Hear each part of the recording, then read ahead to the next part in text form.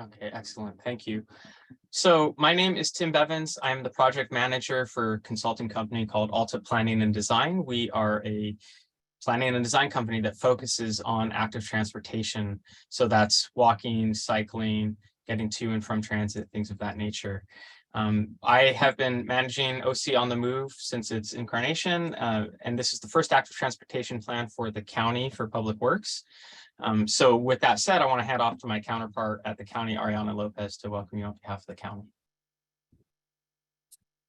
Hello, everyone. My name's Ariana Lopez. I'm the Active Transportation Coordinator here at OC Public Works.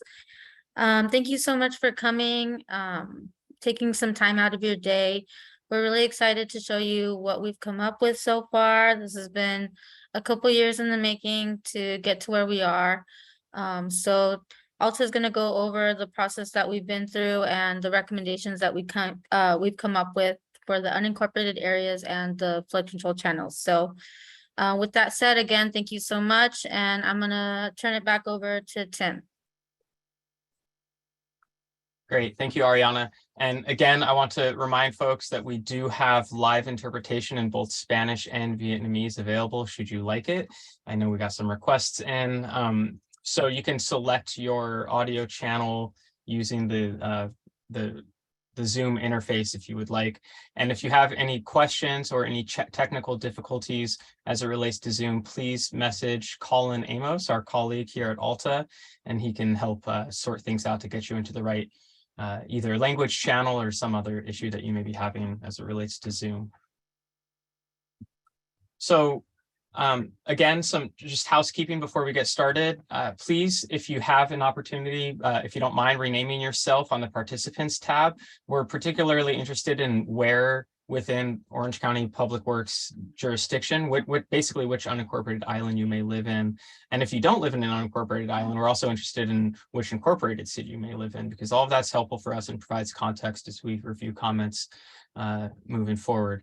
You can also type your questions and comments in the chat room. We may not have time to address everything today, but that's an excellent way because it records those and we can follow up on them.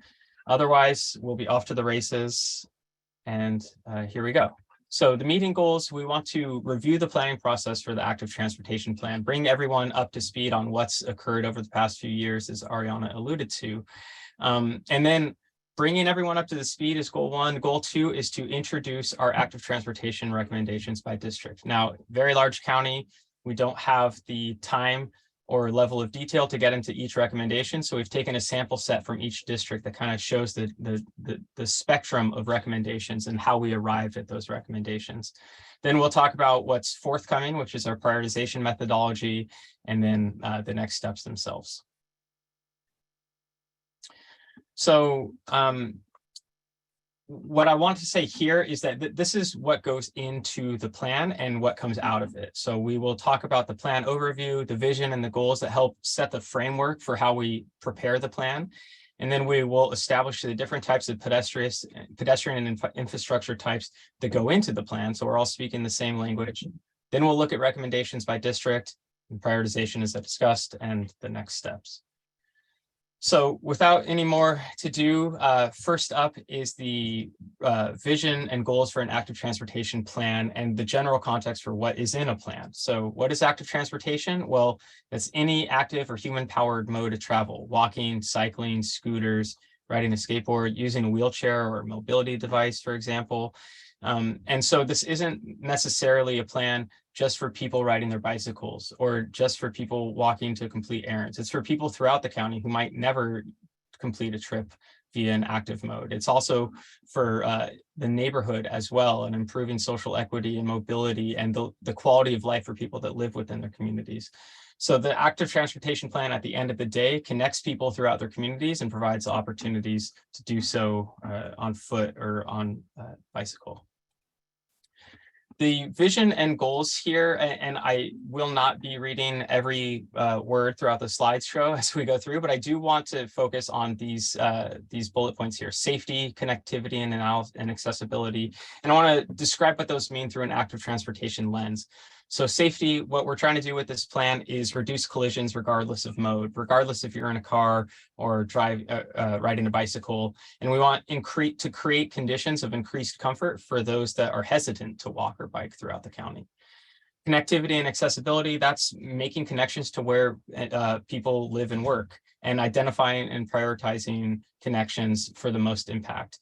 We also want to make certain that these recommendations are accessible and that folks can access them and use them regardless of if they rely on a mobility device. Social equity roughly means investing in communities that are lacking facilities or finding opportunities to distribute the network throughout communities in the county. Sustainability, providing opportunities for people to not use private automobiles. Preservation and identity, it's important to us and the county, of course, to keep this OC, to make it feel Orange County, and to establish a brand moving forward for for Public Works active transportation projects. And then regional cooperation, because we're operating in a series of smaller communities throughout the incorporated cities in the county,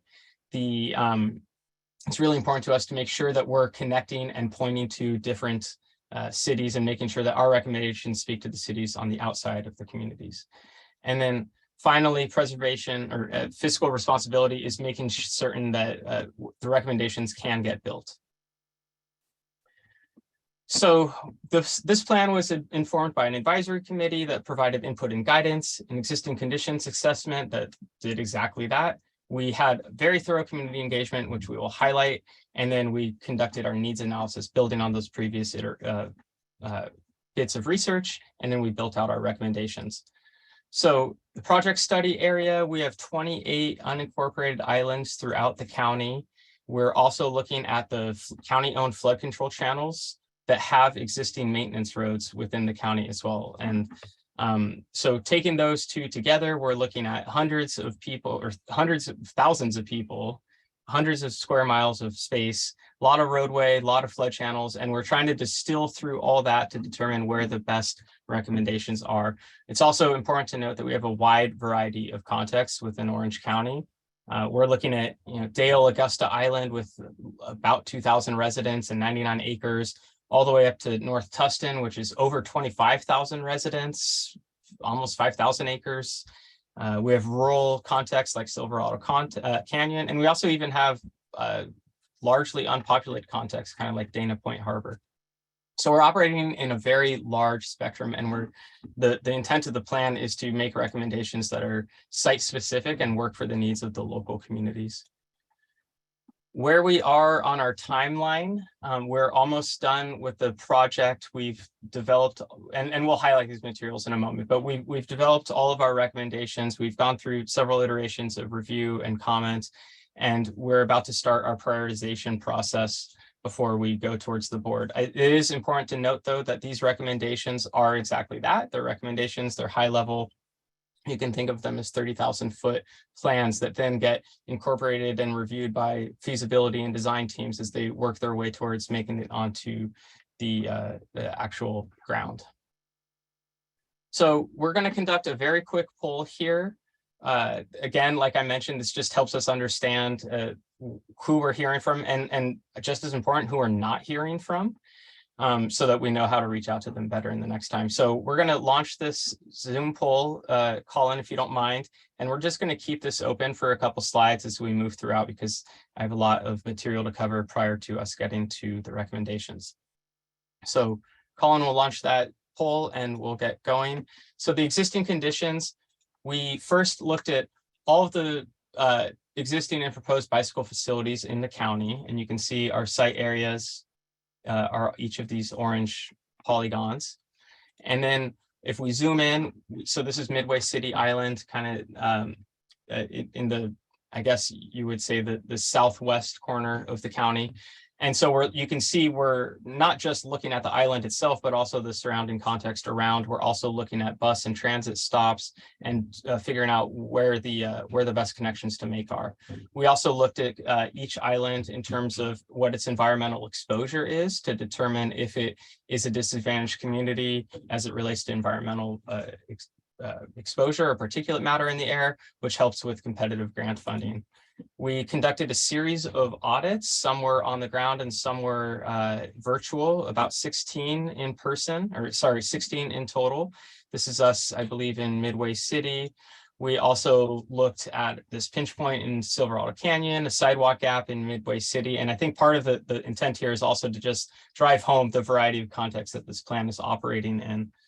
Our virtual audits, we hosted 11. Some communities were combined, so we got a couple more than 16 communities involved in the virtual audits. But we did just what we just did on the ground, but we did it virtually. This was during COVID, of course. And so at each stop, we had photos and information, and people that joined these audits was able to basically point out what they like and what they don't like within their community from a walking and biking perspective. Because we also had the magic of the internet, we were able to fly around and look at good examples or other areas throughout the county or just throughout the world that people would like us to emulate or understand as we prepared the plan. Once we finished that, we then moved on to our network and needs analysis. So our network and needs analysis, we looked at each island in particular, and we looked at the collisions, connectivity, the transportation demand, and the network and gaps, and of course, community input. So this first analysis, give me one second, is our live, work, play analysis. We use this to quantify and visualize demand for walking and bicycling trips throughout the county. So this looks at places of employment, places of education, shopping areas, access to transit. And by quantifying all these factors and developing this map to help guide our recommendations, we start to get a feel for where the larger pools are and where the infrastructure should accompany. We also, of course, looked at collisions. So this is pedestrian involved crashes from 2009 to 2018. We had about 155 in unincorporated Orange County that involved a person walking. Similarly, the same period of study, we had about 5 fatal collisions on site for cyclists within unincorporated county and 28 that were involved in serious injury. Now, the point here is that these are real challenges, and we're able to identify some locations that might need attention sooner rather than later. And we also built out bicycle level and pedestrian level of traffic stress models, which basically highlight networks where one might be able to move throughout the county in a less stressful manner on foot or on bike. What that really means is it helps us understand across the county and within each island where the needs are to close gaps in the active transportation network. So the final component I want to rush through prior to us getting to our recommendations is the community input that we conducted throughout the course of this project. So noting that this is the first active transportation plan for the county, we had a lot of work to do in terms of establishing baseline conditions, and we got a whole lot of help from the community. We also want to make sure that we have multiple ways to engage the community. So it wasn't just workshops, but it was also the audits, and it was all online, and it was also translated in Vietnamese and Spanish. And we had a website. We still have a website. It's walkbikeocpw.com. This is where meeting information and surveys were saved. And also our public input map, which we received a couple hundred comments on, which was really helpful because, as you can see, we had an uploaded map with all the unincorporated communities. One could go in and draw, I would like to have a bicycle connection here to here, and then save that comment out. And so this is a screenshot that we took towards the end of the project. I believe we have more comments than this, but we received a couple hundred comments. They're really helpful and kind of, one, help direct our team's attention to different areas that we should be looking at. But also, as I alluded to, we want to get projects built. And one of the key projects or ways that we get projects built are by demonstrating community support. So if we're able to look to these things and either show support or show that, we had a great idea, or a community member had a great idea here, here, and here, that's very helpful for us as well.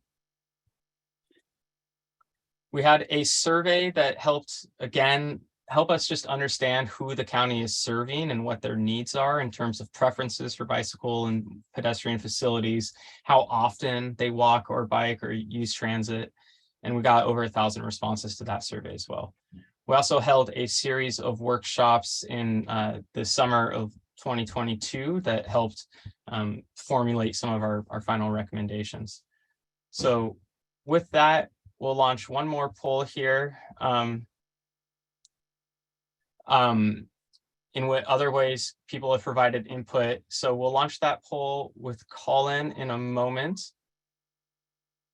And then we will, while that poll is up, I'll talk about the bicycle and pedestrian facilities that are included within the plan.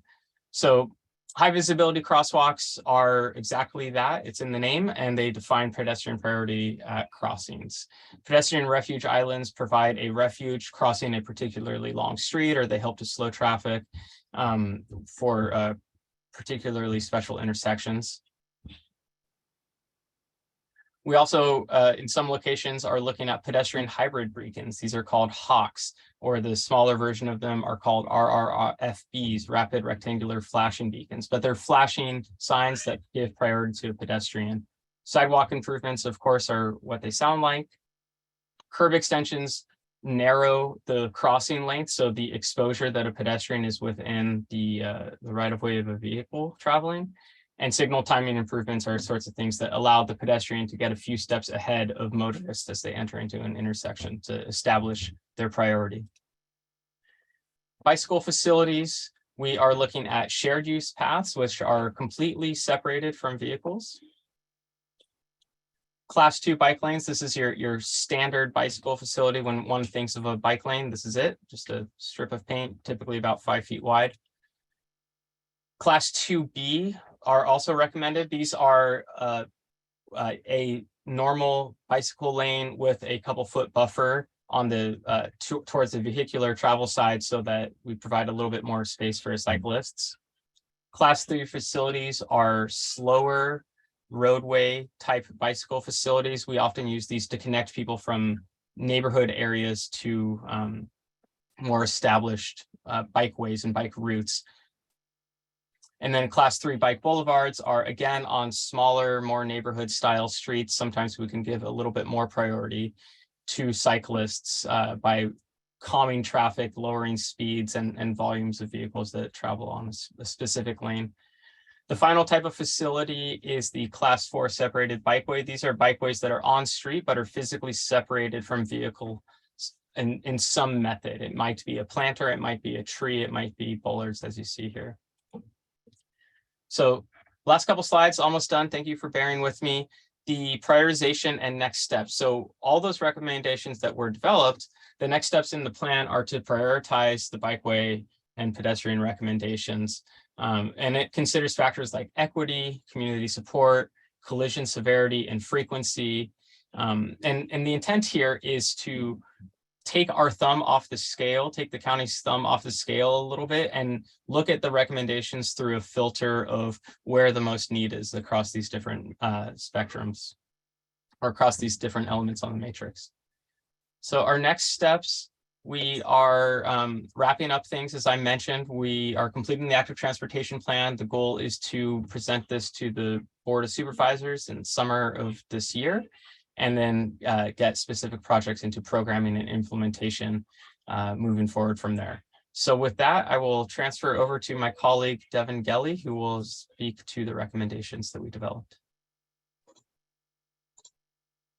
Hello, everyone. Thank you so much for joining tonight. We can go to the next slide. So for the second portion of this presentation, we are going to review some of the key recommendations in each supervisorial district in the county. Making these recommendations was a multi-step process that required reviewing pretty much everything that Tim just went over. So we considered public input and the existing conditions and the needs analysis in previous plans. And so you can see on this map, these are all the recommendations in the county. I know this map is kind of hard to see, but we'll zoom in a second. But this gives you an idea of just how many recommendations we've made all throughout the county. You'll see the dashed lines represent recommended bikeways. The little circles with the stars represent pedestrian recommendations. And then those orange lines are the flood control channel recommendations. At this point, these recommendations have gone through numerous rounds of revision So you won't really see major changes from what you see tonight to what's in the final plan. However, there's still a lot of phases to go until anything is constructed. We'll have design phases and engineering phases.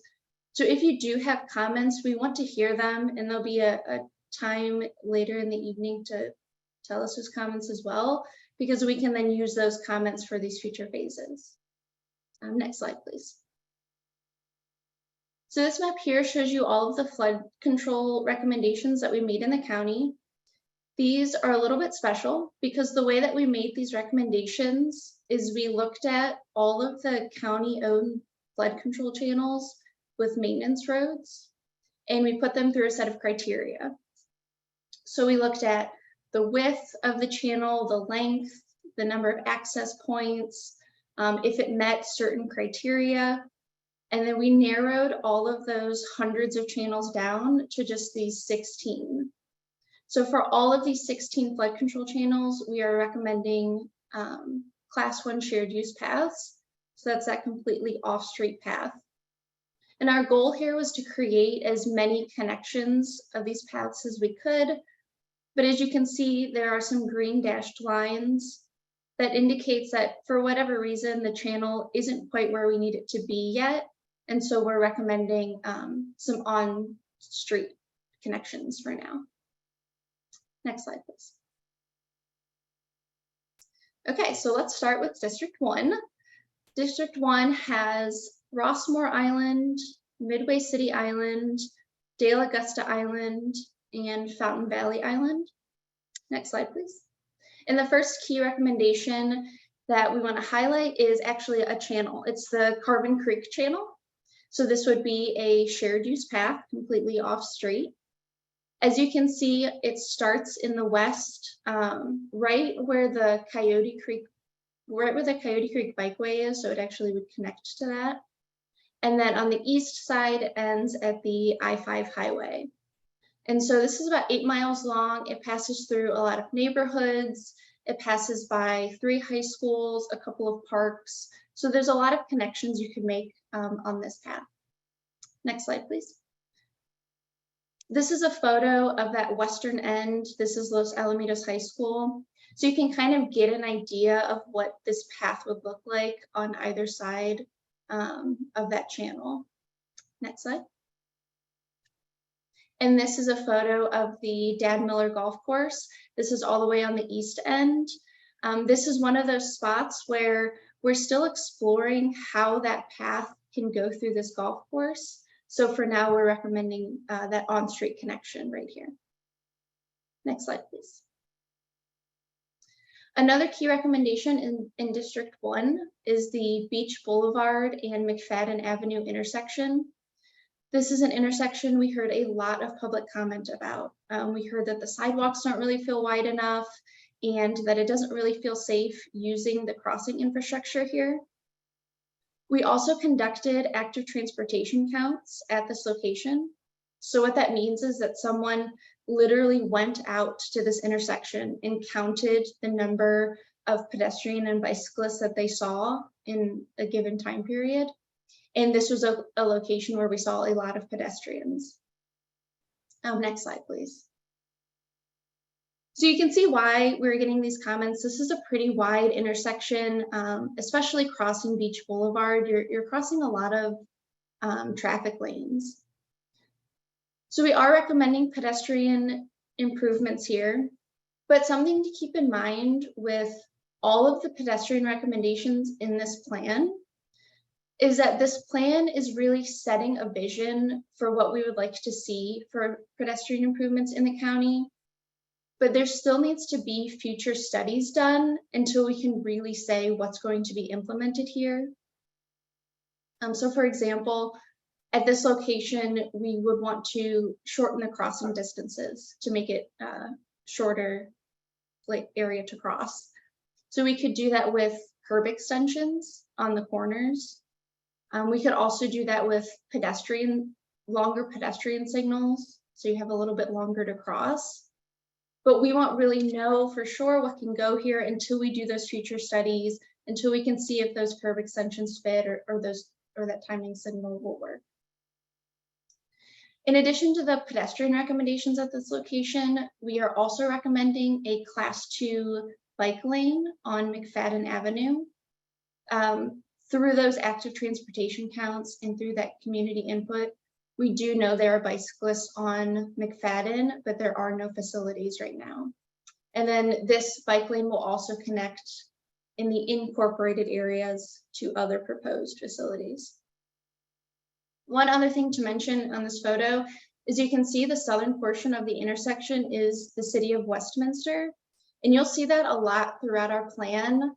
Part of this plan is that the county will need to work with other jurisdictions like cities to make sure that this whole intersection gets improvements, or both sides of the road gets improvements. So you'll see that kind of throughout the plan. Next slide, please. Okay, moving to District 2, we have parts of North Tustin Island, we have Lincoln Glassell Island, Olive Heights Island, and Almadena. Next slide, please. So the first recommendation that we want to point out here is Hughes Street.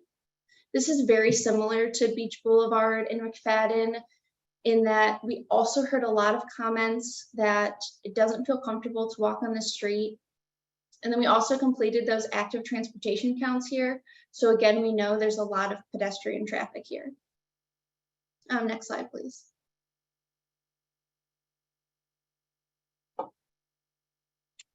Next slide, please. Sorry. So on this photo on the left is the intersection of Hughes Street and Center Avenue. You can see on that southern leg, we already have curb extensions, and you can't see it, but there's also a pedestrian signal there. It's an RRFB, so it's one that you can push and it will light up. And then we have 2 crosswalks on the east and west side. We would like to see maybe some additional high visibility crosswalks here, but again, that would be determined in future studies. And then on the right side, we have Vine Avenue and Hughes Street. There's really no crossing infrastructure at this intersection. And so something we would like to see is if this intersection can look more like Center Avenue. Next slide, please. Another key recommendation in District 2 is the Fairhaven Avenue Class 2 bike lanes that we're recommending. Next slide, please. You can see in this photo that there are no facilities on Fairhaven right now, but there is the Esplanade Trail. And so we wanted to recommend this bike lane so you could ride it to connect to that trail. And this is pretty typical of what we recommended in North Tustin in general. We really looked at what's already existing in North Tustin, as well as just outside of North Tustin. That way you can make those bikeway connections to what's already existing. Next slide, please. Okay, moving on to District 3.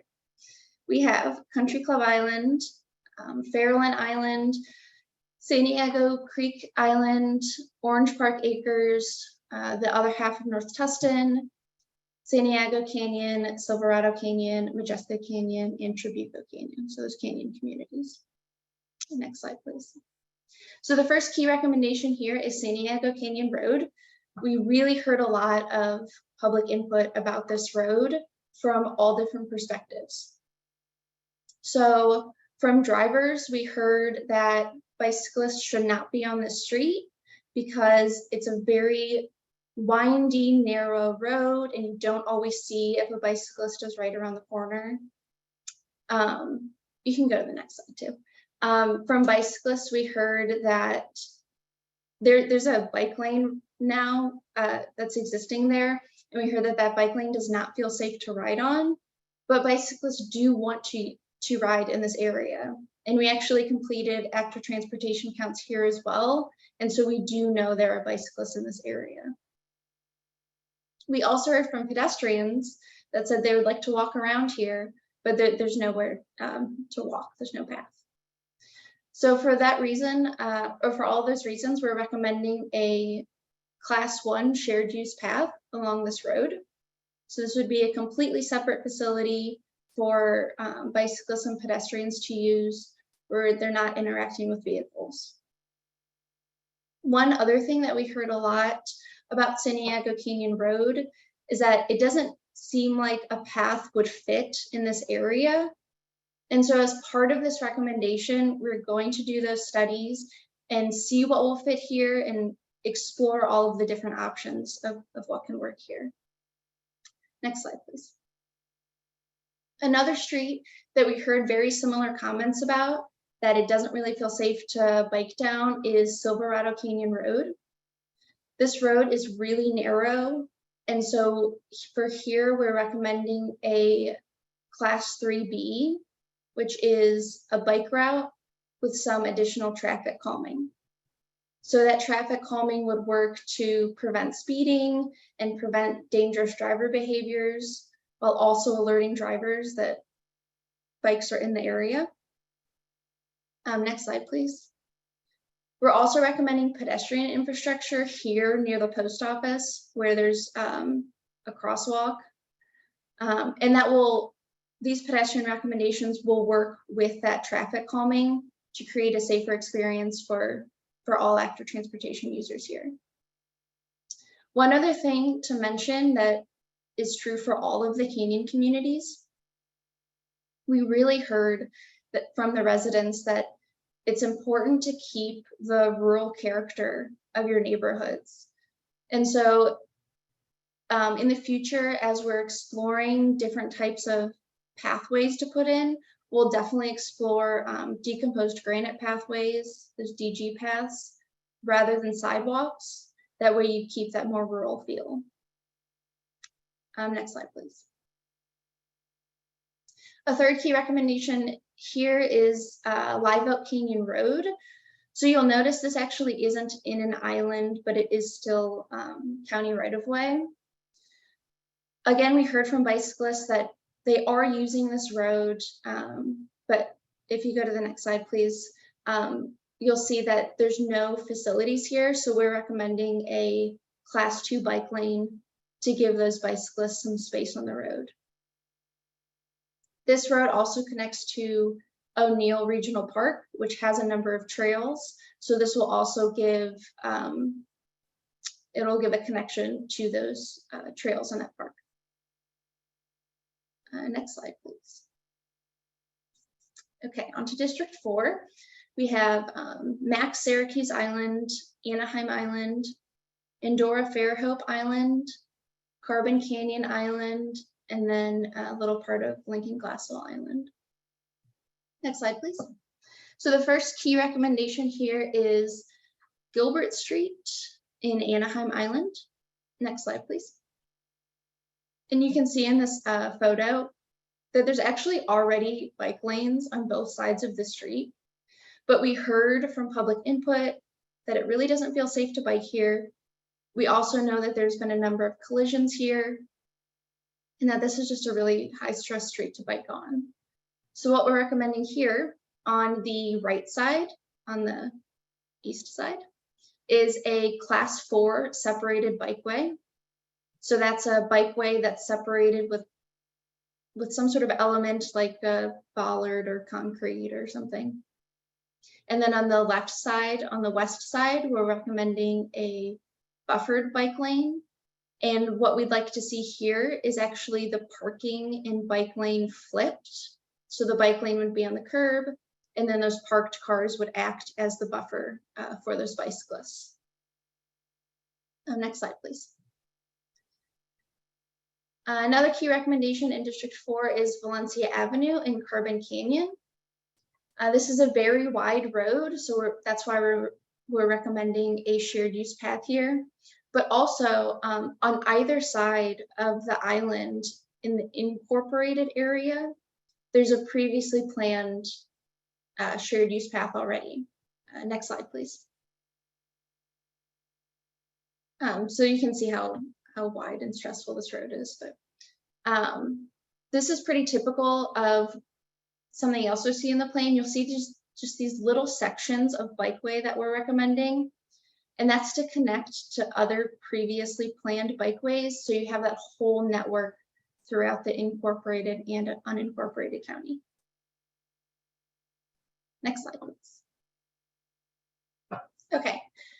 Finally, we have District 5. We have Costa Mesa, Dana Point Harbor, Las Flores, Ladera Ranch, and Rancho Mission Viejo. Next slide, please. So the first key recommendation here is the extension of the Los Patrones Parkway.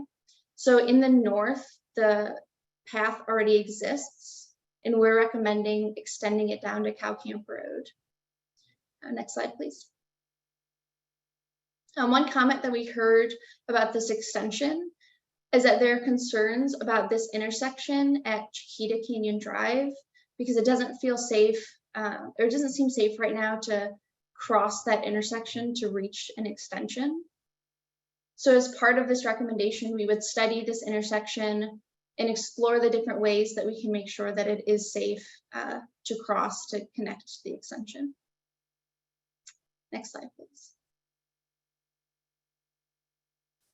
And then finally, the last key recommendation is the Antonio Parkway in La Pata Bikeway. You can see this goes through 3 different islands. Next slide, please. You'll see Antonio Parkway is pretty wide, and this is typical of a lot of the roads in this area. A lot of public input said that using these existing bike lanes doesn't really feel safe. And so we're recommending adding a buffer to those bike lanes and to provide a little bit more separation from vehicles. And then as you travel south and the street turns to La Pata, there are also existing bike lanes on La Pata, but we're recommending enhancing those to a shared use path, that off-street path, and then that will connect to an existing path a little further south. Next slide, please. Okay, so we got through some of the key recommendations. There are still dozens more in this plan. So I'm going to pass it back over to Tim, and he's going to tell you a little bit more about how you can do research on the recommendations in your neighborhood, and then provide us some specific comments. So thank you. Excellent. Thank you, Devin. Sorry, there we go. As Devin alluded to, we have a lot of recommendations in this plan. We have an interactive map that we will send out the link right now. And this map includes all of the recommendations that are included in the plan. And so this is, as Devin mentioned, you know, the plan has progressed to the point where the recommendations are more or less fixed. We've gone through several iterations with them, but we're still exploring the feasibility and the specific expression of those particular designs at intersections, as well as community support and preferences and everything else under the sun. So this is a way for folks to zoom in on your community and provide some feedback, explore some recommendations that you're particularly interested in. And that can be shared. So you can take a look at that map, and then this email address will track those comments. If you have comments to share, please send them to projectinfo@ocpw.ocgov.com. We can also email that out as well to the participants following this.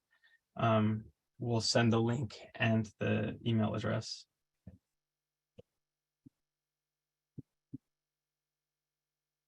And with that said, we do have some space here. If people have questions, we're happy to entertain them.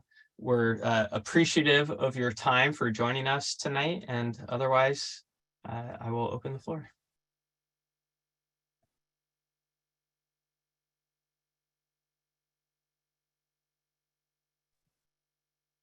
Tim, Yes. do we want to look at the comments in the chat? Here, I'll pull up the comments right now.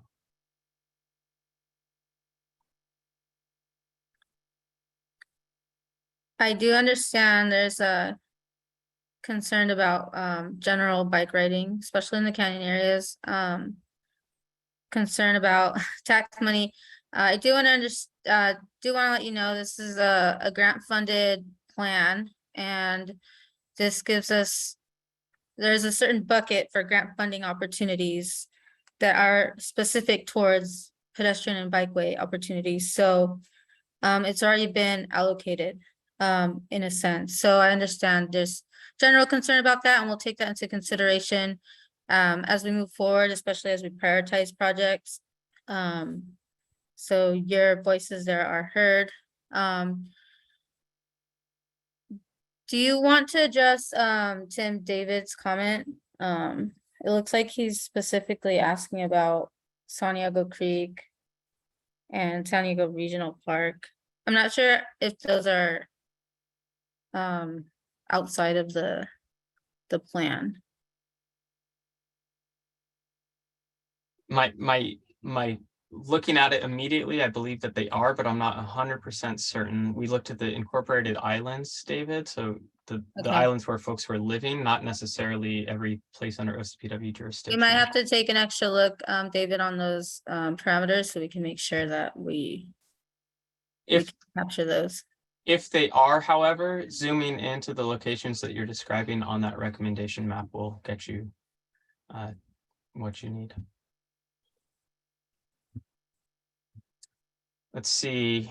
Okay, Joanna, I see your comments about not here. We conducted focused public outreach in the communities, in the Canyon communities. Understand and hear you about those roadways being too difficult or too dangerous rather for bicyclists, but that's precisely what we're evaluating is if it can be made safer for cyclists, then how may it be made safer for cyclists? That's what we're exploring.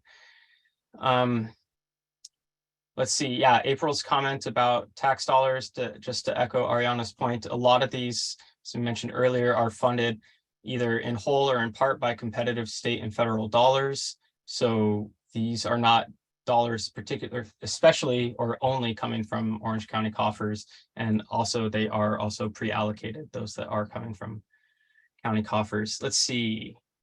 Bill Sellen, I see your question about buffers on bicycle lanes taken, I guess the question is, are they taking away space from the bicycle lane to narrow it down or taking space away from the travel lane?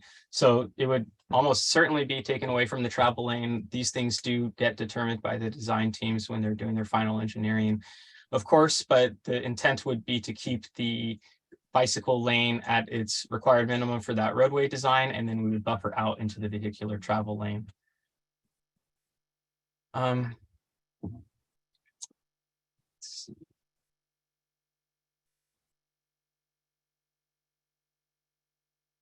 And I see that Todd Stern said he would like to make a comment. You're welcome to if you'd like to unmute yourself or if you have a chat you'd like. Oh, yeah. Can you hear me? Yes, loud and clear. Thank you. Oh, good. Thank you for taking my question and to all of you guys for doing this. Thank you very much. This is a great step in the right direction. This probably comes as a surprise to a lot of you listening. I know I was actually a little bit surprised when I looked this up.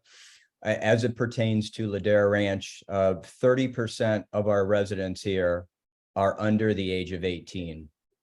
I think that's unique in Orange County. And of course, you can imagine a lot of our younger residents are riding e-bikes, as I'm sure they are in a lot of communities. And that has definitely contributed in no small part to some conflict. But I think I probably speak for all of the parents here, although I am not one. I think they would tell all of you that anything less than a class 4 bike lane is going to guarantee their kids ride on the sidewalk, because they're just not going to take a chance with a distracted driver on any of the public streets in our area. So thank you. Thanks for those comments, Todd. That's helpful. And yeah, it kind of echoes the sentiment that we see in the chat too about providing facilities for whole myriad of users, both the strong and confident cyclists to the folks just getting a bike under their legs, or folks that never touch a bicycle and may even only operate a motor vehicle. But this plan is also for them, because the intent is to make things safe and visible and secure and predictable for all people using the roadway. let's see, go back to this chat here. Joanne, go ahead. Thank you very much. I'm a 43-year resident of Majeska Canyon. And in my humble opinion, Silverado Canyon Road and Live Oak Canyon Road and actually Majeska Grade Road are just no place that a bicycle should be. And, you know, Santiago Canyon Road is actually what, #2 dangerous one in Orange County, right behind Ortega Highway. Did you know that if somebody rides a bicycle on Ortega Highway, the police are called and they actually go out and talk to that person and make sure that they're okay and not, you know, insane for riding on a bicycle on Ortega Highway. And then you're talking about having people walk on Santiago Canyon Road. People fly by at 65 and 70 miles an hour, even though the speed limit is 55. So I don't know that that's really a safe thing to do for the #2 dangerous highway in all of Orange County. And then you've got Live Oak Canyon Road, which is very, very windy. It's lined with oak trees on either side. They just put in a double stripe in the middle, and they've got places for police officers to sit. It's just a very dangerous road, and I don't feel that bicycles should even be on it. There are just some roads that bicycles just shouldn't be on. And Live Oak Canyon Road and Silverado Canyon Road are two of them. I understand. Tim, did you want to say something? Yeah, just in the sense, Joanne, that this you're not alone, and this is a sentiment that we heard. But I think that the chorus of voices was in both directions. Both that this was a dangerous roadway for cyclists, as well as one that folks felt cyclists should not be on. You know, within the purviews of this plan, however, we can't close down access to roadways. We also know that there's a lot of existing use on these roadways. So what we're trying to do with this plan is just evaluate the options and see what's possible. And when you're describing unsafe roadways, you're describing them in their present state. And what we're trying to do here is look beyond the existing right-of-way and see what we might be able to do to make it safer for everybody, not just folks driving. Well, Live Oak Canyon Road, like I said, is lined on both sides with oak trees. You can't take the oak trees. Indeed, and in other areas we're exploring traffic calming, or Live Oak Canyon, we're looking at class 3. There's a myriad of tools within this plan for exploring ways, and some can be incremental changes to perhaps just slow vehicular speeds down, and some can be quite drastic. Building an over, you know, a bridge over something to make sure that cyclists have a pathway forward without interacting with vehicles. Well, the biggest problem in Silverado Canyon is that now people go up there and tag team and race. There was one day where there was an accident in the morning and an accident at night from people that were racing up Silverado Canyon Road. The residents don't even want to walk on it because of that, and we can't get the sheriff out there fast enough to catch these people. And there's a lot of them. I mean, a lot, and it's just not safe. I feel bad for people that live in Silverado. I'm glad I live over here in Majeska, really. So, and you've got no plans for Majeska, correct? For Majeska. Yeah, you didn't say anything about Majeska, so I'm assuming that there are no plans for Majeska. No, we only covered some examples. It's a countywide plan. So if you want to look at specific areas, I'd recommend looking at the map that we linked out, and you can zoom in to see all the recommendations that are included within the plan. Because Majeska Canyon it's not even wide enough in a lot of places for 2 cars to pass. So putting in a bicycle lane is kind of foolish. It's a rural road with it's just a road. There's no stripes on it, no nothing, no street lights, no sidewalks. That's the way we like it. Comment taken. Thank you. Yeah, this is a preliminary document. It hasn't even reached our programming phase. This is really an opportunity for us to take in all public feedback, do analysis, look into what's possible. And they spoke of it earlier. For example, Santiago Canyon Road, we would still need to do right-of-way feasibility study, things like that. So this is very preliminary. We want to be able to continue the engagement, whether comfortable or uncomfortable. So your opinion is heard, and we appreciate it. And will not, we won't be springing a bikeway overnight on anyone. So, thank you very much for that comment. And we'll make sure to keep engaging with our residents. So, well, would anybody Thank else you. like to speak? Thank you very much. Yeah, thank you.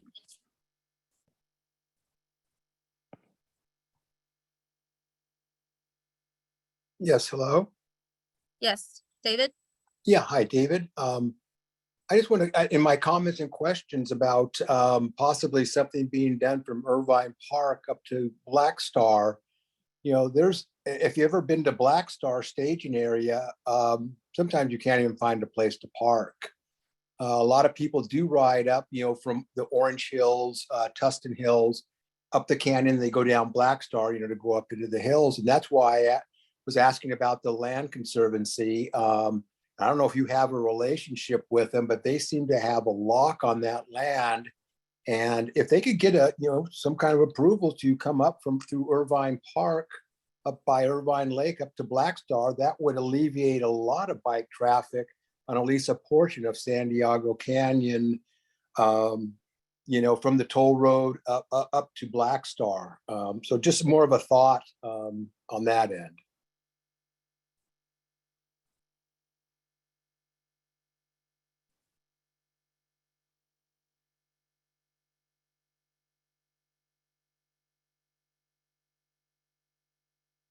Did I lose you? I'm not sure. I think Tim might be looking into the exact parameters of it. Yeah, I apologize. I was trying to find it, but I just got lost in the process. So I apologize. But that's why we take notes to follow up on the comments. So if we don't have the answer for you right now, David, we are documenting it and we will note it and see if there's something there. Because as of right now, I'm not 100% sure. Okay, thank you. Yeah, thank you. Jody, so with respect to the OC Loop was one of the, as of now, it's in the northern area. There's discussion about a central and southern OC loop, OC loops, if you will, and a connector down the center. We did take that data into consideration with these recommendations. We're also in discussion with OCTA as what they're doing progresses and as what we're doing progresses. So in such certain ways, I would say yes. The idea is to strengthen the OC loop future routes. Yeah, we looked at the OC route or the OC loop as something that we should provide connectivity to when and where we can within the context of where our unincorporated islands happen to be. I also see a comment here passed a while ago is about Olive Heights. Olive Heights is a community with no sidewalks. Can you speak to the kind of recommendations? So there, we're not recommending any sidewalks precisely for that to preserve the characteristics, but mostly it's simple improvements like crosswalks and Americans with Disabilities Act improvements to curb ramps on the pedestrian side.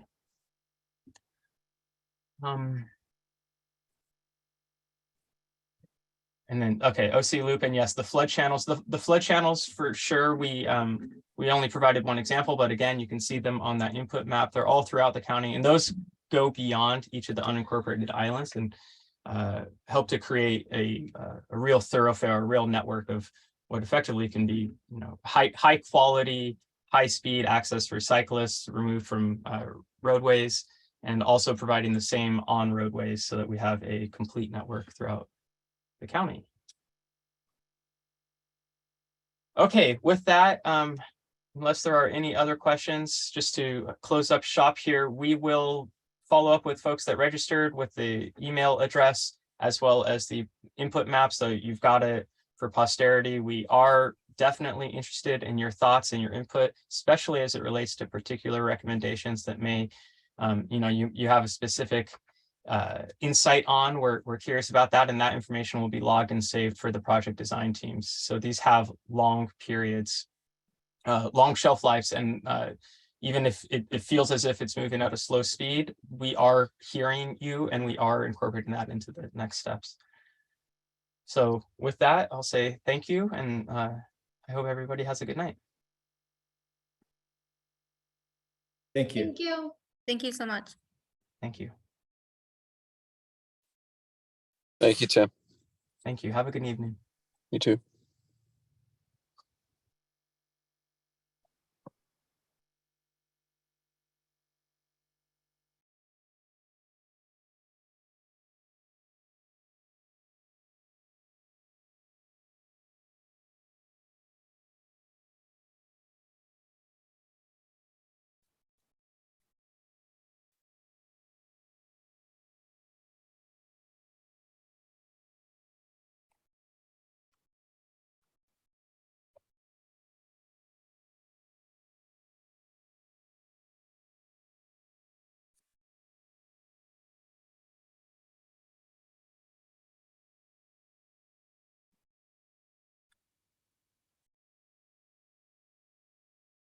Colin?